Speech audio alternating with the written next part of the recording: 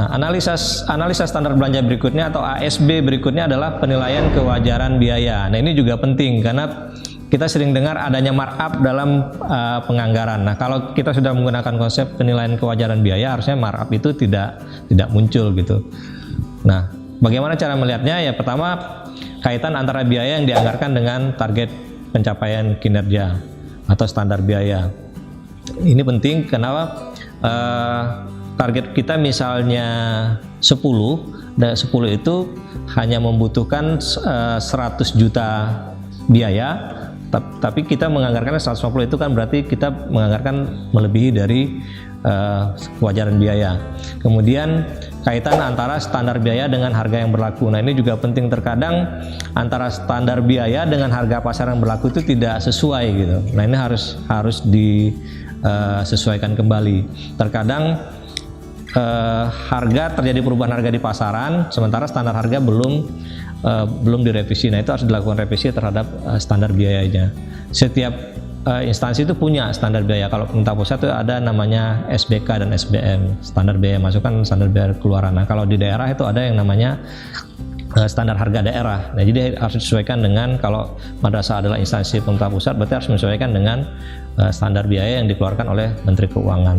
Nah, kemudian kaitan antara biaya yang dianggarkan, target pencapaian kinerja dengan sumber dana. Ini juga penting karena masing-masing sumber dana itu punya aturan tersendiri dalam menggunakan biayanya gitu. Contohnya dana BOS. Dana BOS itu kan ada 14 komponen biaya yang bisa digunakan. Di luar 14 komponen itu tidak bisa digunakan. Walaupun kita masih punya sisa dana BOS, itu tidak bisa digunakan di luar 14 komponen itu. Nah, sumber dana lain juga sama seperti itu. Bisa sumber dana hibah itu digunakan untuk kegiatan tertentu, tidak bisa digunakan untuk kegiatan lain gitu. Nah, kalau ada lebih, misal dana BOS, itu kan harus dikembalikan lagi ke rekening kas negaranya. Nah, ini 3 hal yang harus penting diperhatikan dalam penilaian kewajaran biaya. Nah, kalau skema kewajaran harga ini seperti ini. Program, kegiatan, kemudian ada target kinerja. Nah, kegiatan itu di breakdown anggarannya berapa. Nah, anggaran itu disusun berdasarkan standar harga. Nah, kalau dia daerah berarti standar harga daerah, tapi kalau madrasah sebagai institusi pemerintah pusat itu menggunakan standar harga dari Menteri Keuangan. Nah, standar harga daerah ini atau standar harga ini mengacu ke harga pasar. Dalam penyusunan standar harga itu mengacu ke kondisi ekonomi makro untuk tahun yang akan digunakan, kemudian pertumbuhan ekonomi dan tingkat inflasi. Nah, kalau dia pembelian langsung, biasanya standar harga itu sama dengan harga pasar.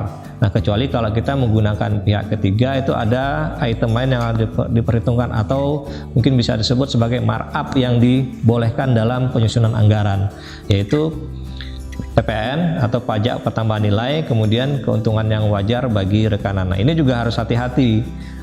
PPN kita harus perhatikan